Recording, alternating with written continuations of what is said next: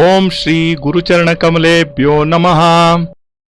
నా సాధన హిందీ మూలం పరమపూజ్య గురుదేవులు డాక్టర్ నారాయణ దత్త శ్రీమాలీజీ నిఖిలేశ్వరానంద్ చింతన్.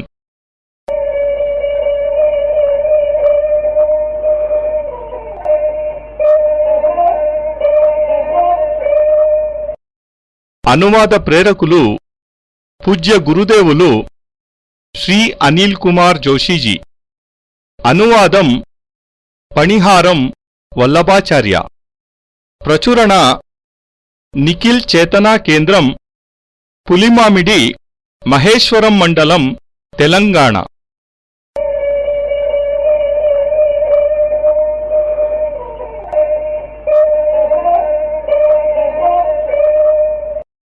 కాపీలు లభించు స్థలం నిఖిల్ చేతనా కేంద్రం, పులిమామిడి, హైదరాబాద్, తెలంగాణ.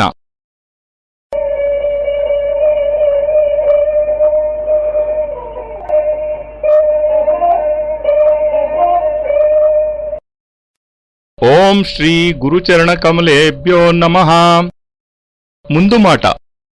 ప్రియమైన సాధక బంధువులకు, పాఠకులకు పరమ పూజ్యులైన సద్గురువులు శ్రీ స్వామి నిఖిలేశ్వరానందజీ, గృహస్థులు డాక్టర్ నారాయణదత్త శ్రీమాలీజీ తమ సన్యాస జీవితంలో సాధనా సిద్ధుల కొరకు పడిన పాట్లు మరియు లోక కళ్యాణార్థం వాటి ఉపయోగాలపై సిద్ధుల ద్వారా ఆంక్షలు అమృతభాండము ఉన్నది అని తెలిసి కూడా దానిని అనుభవింపకుండా చేసి దేశాన్ని, దేశ ప్రజలను, దైవభక్తి పరాయణులను సాధకులకు అందకుండా చేసి లేని భయాలను సృష్టించి గురుకులాలు, గురువు, దైవం నుంచి దూరం చేసే క్రియలకు స్వస్తి చెప్పే ప్రయత్నమే డాక్టర్ నారాయణదత్త శ్రీమాలీజీ స్వామి నిఖిలేశ్వరానంద్ గారి అనుభవ సిద్ధమైన ఈ పుస్తకము కాలంలో ప్రచురింప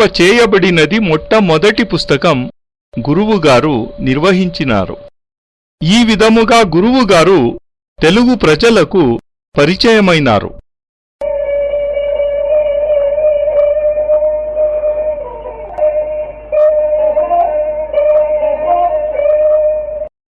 డాక్టర్ నారాయణదత్త శ్రీమాలీజీ గురువుగారు హిందీలో రచించిన తాంత్రిక్ సిద్ధియా, నిఖిల్ చింతన్ మరియు ఇతర పుస్తకములోని ఘటనల సంకలనమే నా సాధన అనే ఆర్టికల్ ద్వారా ఆంధ్రజ్యోతి వారపత్రికలో 1996-97 కాలంలో వెలువడింది.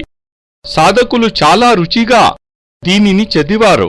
కాని చాలామంది సాధకులు దీనిని ఒక కూర్పుగా పుస్తక రూపంలో రావాలని కోరినారు.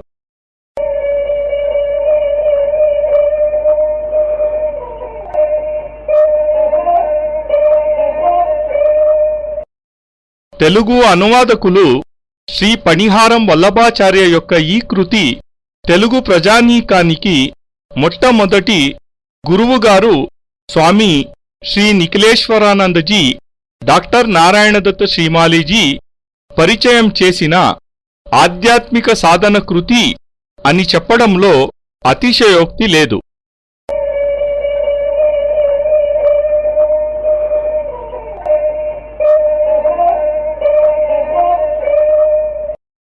ఆ తరువాత గురువుగారి కృప వలన హైదరాబాద్లో గురువుగారు 1995-96, 1996-97 సాధన శిబిరాలు నిర్వహించి పరిచయమైనారు.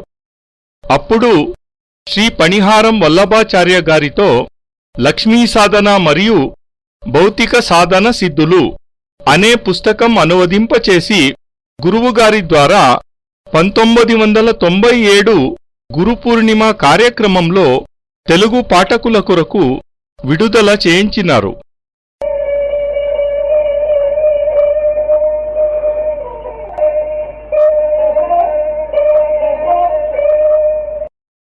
శ్రీ పణిహారం వల్లభాచార్య వారి స్నేహితులు వివేకానంద గారు ఈ గురుకార్యంలో అప్రత్యక్ష అదృశ్య సహకారి అని చెప్పకపోతే తప్పు చేసినవాడినవుతాను. తెలుగు ఆధ్యాత్మిక సాధన సాహిత్యానికి శ్రీ నిఖిలేశ్వరానందజీ పరిచయానికి పునాదిరాళ్ళు అని చెప్పడం సమంజసం. గురువుగారి కృపకు వారు సదా పాత్రులు.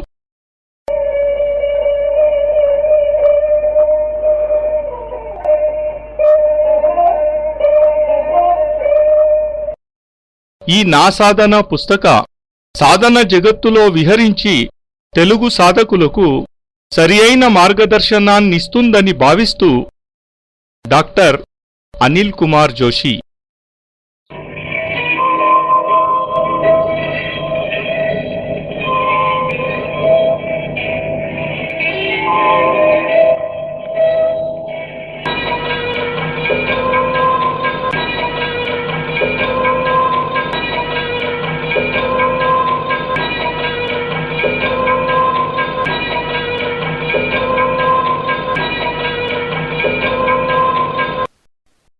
వాయవీ ముద్ర.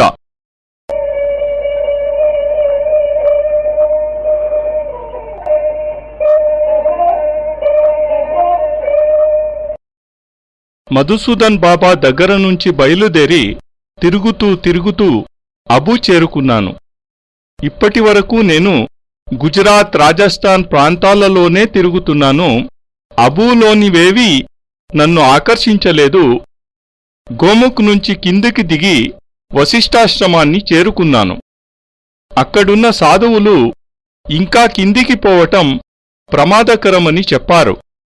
ఆ మార్గంలో క్రూర మృగాలున్నాయని, పుట్టలకు పుట్టలు పాములున్నాయని అన్నారు. కాని వారిలో ఒకరు గొప్ప సంగతి చెప్పారు. ఈ వశిష్ఠాశ్రమానికి 2 మైళ్ల దూరంలో ఒక పర్ణశాల ఉంది. దానిలో సిద్ధ తపస్వి యోగీశ్వరానందజీ ఉన్నారు. కాని ఆయన దర్శనం దుర్లభం. చాలా కొద్దిమందికే ఆయన కనిపిస్తారు. అసలు కొద్దిమంది మాత్రమే అక్కడిదాకా వెళ్ళగలరు. మరునాడు ఉదయం బయలుదేరాను. అడుగడుగున ముళ్ళు, మొనతేలిన రాళ్ళు, ఎగుదుదిగుళ్ళు, పుట్టల నిండా పాములు.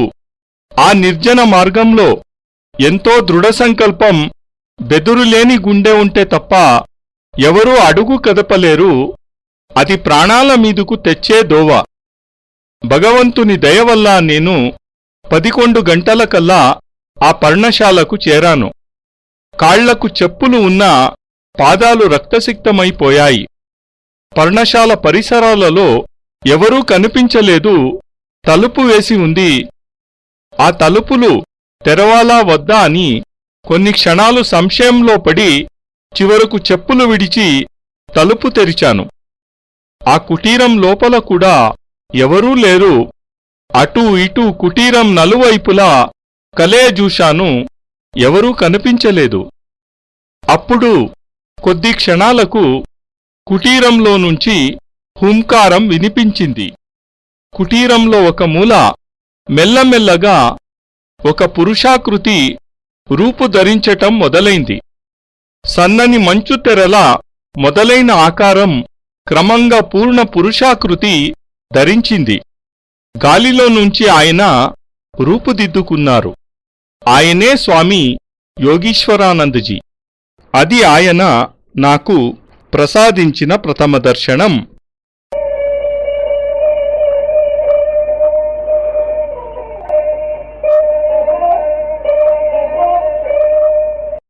నేను నమస్కారం చేస్తూ కుటీర ద్వారం వద్దనే నిలిచి ఉన్నాను.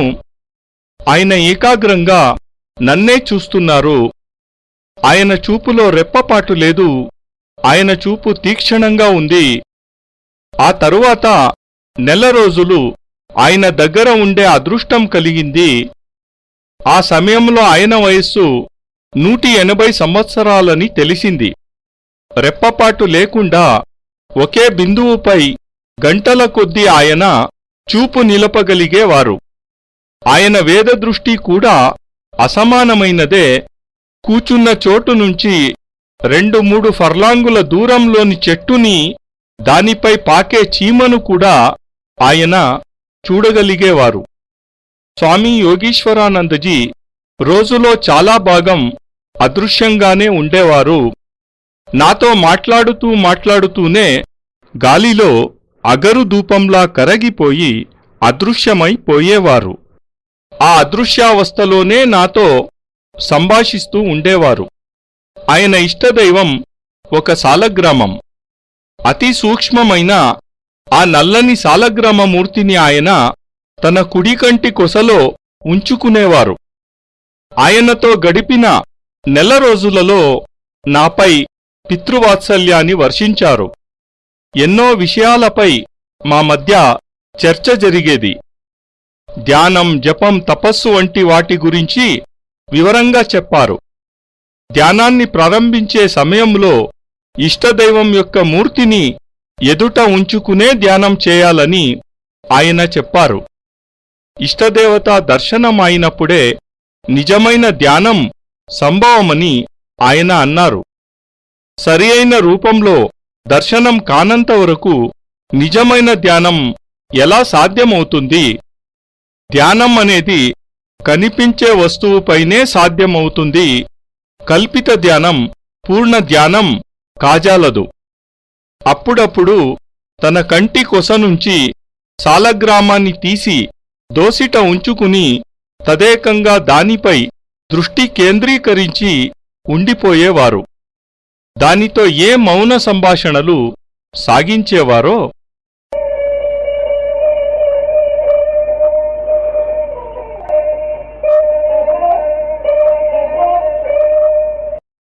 స్వామి యోగీశ్వరానందజీ సాన్నిధ్యంలో గడిపిన రోజులలో ఎన్నో అద్భుతాలు చూశాను.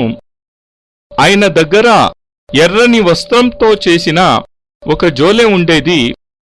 ఆ కుటీరం మొత్తంలో ఆ జోలె ఆయన లంగోటీలు తప్ప మరో వస్తువును నేను ఎన్నడూ చూడలేదు. ఆ జోలె ఆయన భుజానికి వేలాడుతూ ఉండేది.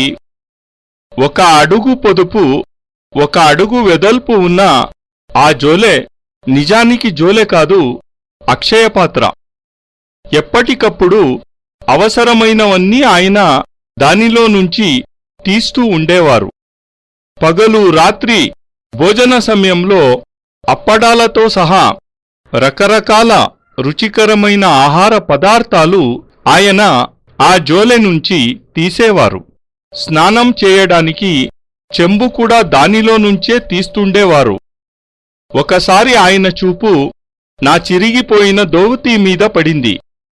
ఆయన నవ్వుతూ కొత్త దోవతులు ఆ జోలెలో నుంచి తీసి ఇచ్చారు.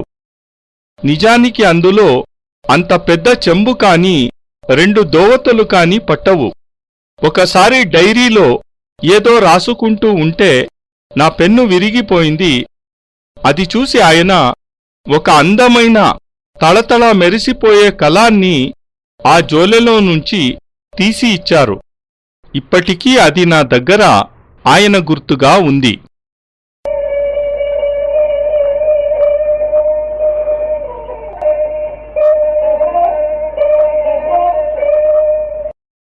మంత్రంపై ఆయనకు అసాధారణమైన అధికారముంది. వాయవీ ముద్రపై ఉన్న అపారమైన అదుపుతో ఆయన తన శరీరాన్ని అతి తేలికగా చేసి గాలిలో గాలిలా కలిసి అదృశ్యమైపోయేవారు. సంకల్ప శక్తిలో ఆయన పెద్ద గని. ఎలాంటి వస్తువునైనా తన సంకల్పశక్తితో సృష్టించేవారు. నిజమైన సంకల్పమే సత్య సంకల్పమని ఆయన నిష్కర్ష. వికల్పం లేనప్పుడే సంకల్పం అర్థమవుతుందని, అర్థవంతమైన సంకల్పమే యథార్థ సృష్టి రచనకు సమర్థమవుతుందని ఆయన అనేవారు. స్వామీజీ తన జోలెలో నుంచి కోరిన పదార్థాలు ఏవి సృష్టించినా అవి వికల్పశూన్య సంకల్ప ఫలితాలే. సంకల్ప మాత్రం చేత వస్తువులు ఎలా సృష్టింపబడతాయో దర్శించే అవకాశం స్వామీజీ వల్ల నాకు చాలాసార్లు కలిగింది. సాధన ప్రారంభంలోనే ఇంతటి మహాత్ముడు, అలభ్యుడు అయిన యోగి చరణ సాన్నిధ్యంలో కొన్ని విషయాలు నేర్చుకోవటానికి, అర్థం చేసుకోవటానికి అవకాశం కలగటం నా అదృష్టం. వాయవీ ముద్రకు సంబంధించిన జ్ఞానం కూడా ఆయన దగ్గర నాకు లభించింది. తరువాతి సంవత్సరాలలో కొంత సాధించాను కూడా. కాని గృహస్థ జీవితంలో ఆ మార్గంలో అనవరతం పయనించలేకపోయాను. మళ్ళీ ఒకసారి ప్రకృతి ఒడిలోకి వెళ్ళిపోయే అవకాశం వస్తే ఇతర బంధాలు వదిలి వాయవీ ముద్రా సాధన చేయాలనే ఇప్పటికీ కోరికగా ఉంది. ఆ ఈశ్వరుడు ఎప్పుడు ఆ అవకాశాన్ని కల్పిస్తాడో చూడాలి. చాలాసార్లు యోగ్యుడైన శిష్యుడు ఎవరికైనా ఇదంతా నేర్పాలని కోరిక కలిగింది. కాని యోగ్యుడైన శిష్యుడు దొరకడానికి మాత్రం అదృష్టం ఉండొద్దు. కుండలిని జాగరణ విషయంలోనూ స్వామీజీ నుంచే నేర్చుకున్నాను. ఆయన ఏకస్థ ధ్యానముద్ర నేర్పారు. ఆయన కృపతోనే వికల్పశూన్య సంకల్ప మార్గంలో ముందడుగు వేయగలిగాను. ఇప్పటికీ ఆయన దగ్గర నేర్చుకున్న ఆ జ్ఞానం నాకు వరదానమే. ఆయనకు ఎప్పటికీ నేను కృతజ్ఞుడినే.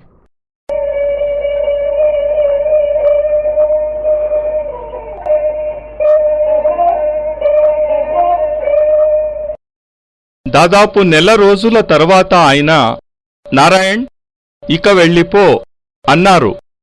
ఇంకా ఇలా అన్నారు కూడా, నీ మార్గంలో ఇది ఆరంభమే, అంతం కాదు. నీ భవిష్యత్తు ఉజ్వలంగా ఉంటుంది. నాకన్నా గొప్ప వ్యక్తిత్వం ఒకటి నిన్ను పిలుస్తోంది. ఇప్పుడు నువ్వు వెళ్ళిపోవాలి. ఈ విషయాలు ఎవరికీ చెప్పకూడదు. నువ్వు ఇక్కడికి తిరిగి రాకూడదు. మొట్టమొదటిసారిగా ఈ మాటలు విని నేను వెక్కి వెక్కి ఏడ్చాను. స్వామీజీ నన్ను బ్రహ్మలోకంలో నుంచి మానుషలోకంలోకి విసిరివేసినట్లు భావించాను. కాని ఆయన త్రికాలదర్శి. తనకన్నా గొప్ప వ్యక్తి గురించి ఆయన చెబుతున్నారు. ఆయన ఆజ్ఞయే. అక్కడ ఉండిపోయే ప్రశ్నే లేదు. అనంతర కాలంలో పరమపూజ్య స్వామి సచ్చిదానందజీని కలిసినప్పుడు స్వామి యోగీశ్వరానంద మాటలు నిజమయ్యాయి. స్నానం చేసి స్వామి యోగీశ్వరానందకు ప్రదక్షిణం చేశాను. నీరు నిండిన కళ్లతో నమస్కరిస్తూ ఆయన ఎదుట కూచున్నాను. ఆయన తన శరీరానంతటినీ సమర్పణ ముద్రలో ఉంచారు.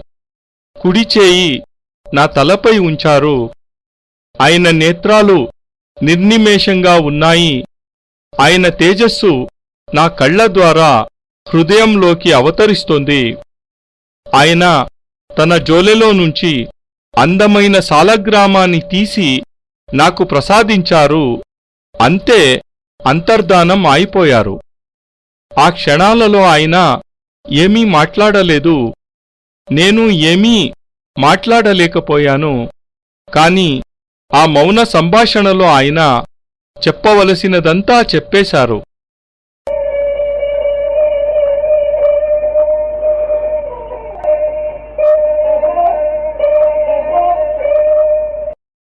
ఆయన ప్రసాదించిన సాలగ్రామమూర్తిని స్పృశించగానే ఒక్కసారిగా విద్యుత్ స్ఫులింగం వంటిది ప్రత్యక్షమైంది. నేను అద్భుత కాంతిలో స్నానం చేస్తున్నట్టు అనిపించింది. అత్యంత వేగంగా ఈ బ్రహ్మాండమంతా పర్యటిస్తున్నట్టు తోచింది. ఆ సంచారావస్థలో ఒక దివ్య తేజస్సు నాకు దర్శనమిచ్చింది. ఒక తేజోపుంజం ఎదుట నిలిచినట్లయింది. ఆ కన్నులలో అపార కరుణ, మమత వర్షిస్తున్నట్లు అనిపించింది. ఆ పెదవులపై సమస్త వేదాలు నృత్యం చేస్తున్నట్లు అనిపించింది. దేహంలోని రోమరోమాన కరుణ, వాత్సల్యం, మమత కుల్యలు ప్రవహిస్తున్నట్లు తోచింది. ఆయన సమస్త దేవతల ఏకాకృతిలా దర్శనమిచ్చారు. ఆయన దర్శనం కాగానే నా శిరస్సు శ్రద్ధానతమైపోయింది. ఆ రూపం నా కన్నులలో చిరస్థాయిగా నిలిచిపోయింది. ఆయనే పూజ్య గురుదేవులు స్వామి సచ్చిదానందజీ.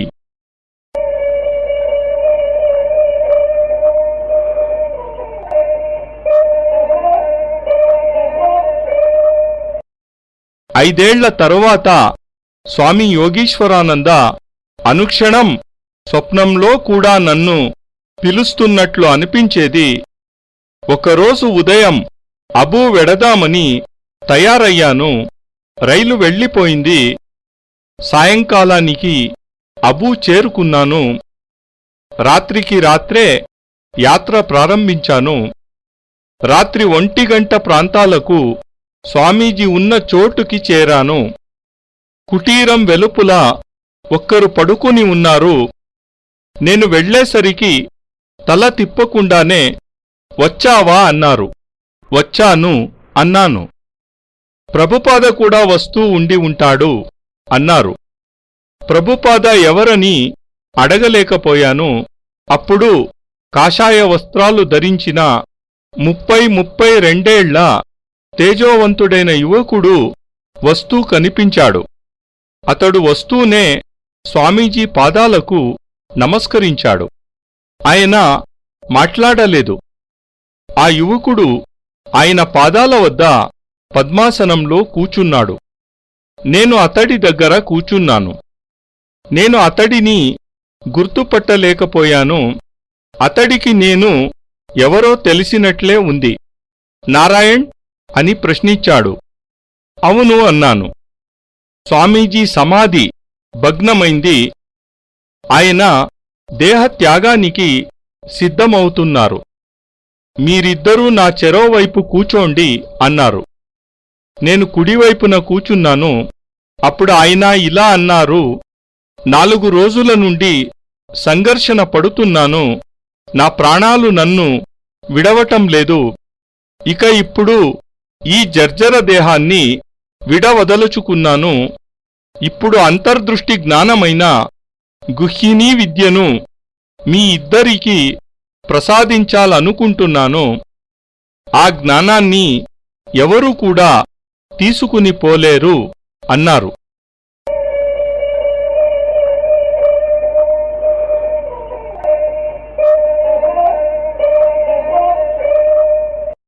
ఆ రాత్రి అంతా ఆయన ఆ విద్యను గురించి బోధించి అవగతం చేస్తూనే ఉన్నారు. తన ఎదుటనే విద్య యొక్క ప్రథమ చరణాన్ని చేయించారు. దాని అంతిమ చరణాన్ని ఆయన చితి ఎదుట కూచుని చేయాలి. సూర్యకిరణాలు నేలను స్పృశించే వేళ ఆయన దేహత్యాగం చేశారు. నా హృదయం మూగగా రోదించింది. ప్రభుపాద వజ్రహృదయుడు తన దుఃఖాన్ని అణుచుకొని స్వామీజీ ఆజ్ఞానుసారం దహన సంస్కారం చేశాడు. సాధన చివరి చరణాన్ని పూర్తి చేశాడు. చితాభస్మాన్ని మానస సరోవరంలో నిమజ్జనం చేయడానికి 5వ రోజు ప్రభుపాద బయలుదేరి వెళ్లాడు. ఆ తరువాత ప్రభుపాదను కలిసే అవకాశం మళ్లీ రాలేదు. కాని ఇప్పటికీ స్మరణ మాత్రం చేతనే స్వామీజీ నుంచి సంకేతాలు అందుతూనే ఉంటాయి. అది ఆయన అపార కృప. ఇదంతా చాలా అనంతరకాలపు కథ.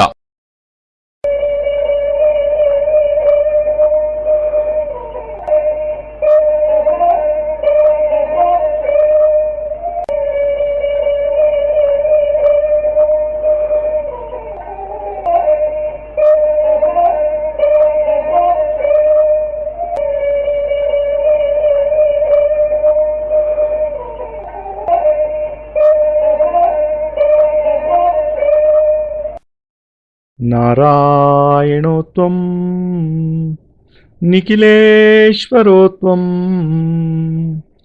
మాతా పితా గురు ఆత్మా త్వమేవం బ్రహ్మాత్వం విష్ణురుద్రాత్వమేవం సిద్ధాశ్రమోత్వం గురువం ప్రణమ్యం. ತ್ವಮೇವ ಮಾತಾ ಚ ಪಿತಾ ತ್ವಮೇವ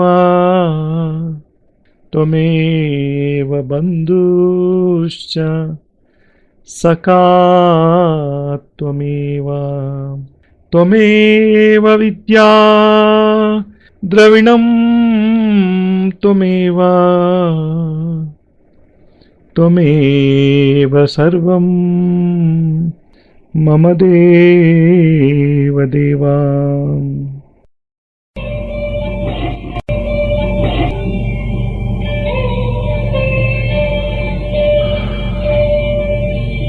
ತ್ವದೀಯಂ ವಸ್ತು ನಿಖಿಲಂ ತುಭ್ಯಮೇವಂ ಸಮರ್ಪಯೇತ್. ಜೈ ಗುರುದೇವ್.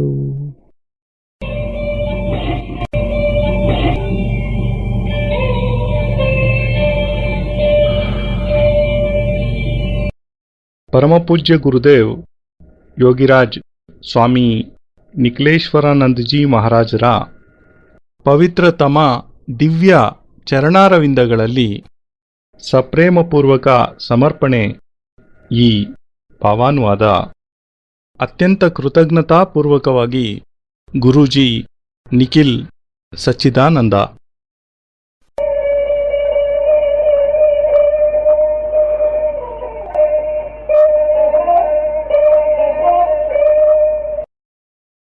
ಜೈ ಗುರುದೇವ್. ಪರಮಪೂಜ್ಯ ಗುರುದೇವ್ ನಿಖಿಲೇಶ್ವರಾನಂದರ ಆಂಧ್ರದ ಶಿಷ್ಯರು ಹಾಗೂ ತೆಲುಗು ಭಾಷೆ ಬಲ್ಲಂತಹ ಎಲ್ಲ ಸಾಧಕರು ಗುರುಬಾಯಿಗಳಿಗೂ ಹೃತ್ಪೂರ್ವಕ ವಂದನೆಗಳು. ಪರಮಪೂಜ್ಯ ಗುರುದೇವರ ದಿವ್ಯ ಸಂದೇಶವನ್ನು ತೆಲುಗು ಭಾಷೆಯಲ್ಲಿ ನೀಡಲು ಕನ್ನಡಿಗನಾದ ನಾನು ಮಾಡುತ್ತಿರುವ ಈ ಕಿರು ಪ್ರಯತ್ನಕ್ಕೆ ಸಮ್ಮತಿ ಹಾಗೂ ಸಹಕಾರ ನೀಡಿ ಪ್ರೋತ್ಸಾಹಿಸುತ್ತಿರುವ ಪರಮಪೂಜ್ಯ ಗುರುದೇವರ ಅಚ್ಚುಮೆಚ್ಚಿನ ಶಿಷ್ಯರಾದ ಬ್ರಹ್ಮರ್ಷಿ ಪೂಜ್ಯ ಶ್ರೀ ಅನಿಲ್ ಕುಮಾರ್ ಜೋಶಿಜಿಯವರಿಗೆ ಹೃತ್ಪೂರ್ವಕ ಅನಂತಾನಂತ ವಂದನೆಗಳನ್ನು ಸಲ್ಲಿಸುತ್ತಿದ್ದೇನೆ. ಪೂಜ್ಯ ಶ್ರೀ ಗುರೂಜಿ ಅನಿಲ್ ಜೋಶಿಜಿಯವರ ಆಪ್ತ ಶಿಷ್ಯರಾದ ವೆಂಕಟರಮಣ ಮೂರ್ತಿಜಿಯವರ ಸ್ನೇಹಪೂರ್ವಕ ಸಹಕಾರ ಮತ್ತು ಪ್ರೋತ್ಸಾಹಕ್ಕೆ ನಾನು ಚಿರಋಣಿಯಾಗಿದ್ದೇನೆ. ಪರಮಪೂಜ್ಯ ಗುರುದೇವರ ದಿವ್ಯ ಸಂದೇಶದಿಂದ ಪ್ರತಿಯೊಬ್ಬರ ಹೃದಯದಲ್ಲಿಯೂ ಜ್ಞಾನಜ್ಯೋತಿ ಬೆಳಗುವಂತಾಗಲಿ. ಸದ್ಗುರುದೇವರ ಅನನ್ಯ ಕೃಪಾ ಕಟಾಕ್ಷಕ್ಕೆ ಪ್ರತಿಯೊಬ್ಬರೂ ಪಾತ್ರರಾಗಲಿ ಎಂಬ ಹೃತ್ಪೂರ್ವಕ ಪ್ರಾರ್ಥನೆಯೊಂದಿಗೆ ಗುರೂಜಿ ನಿಖಿಲ್ ಸಚ್ಚಿದಾನಂದ.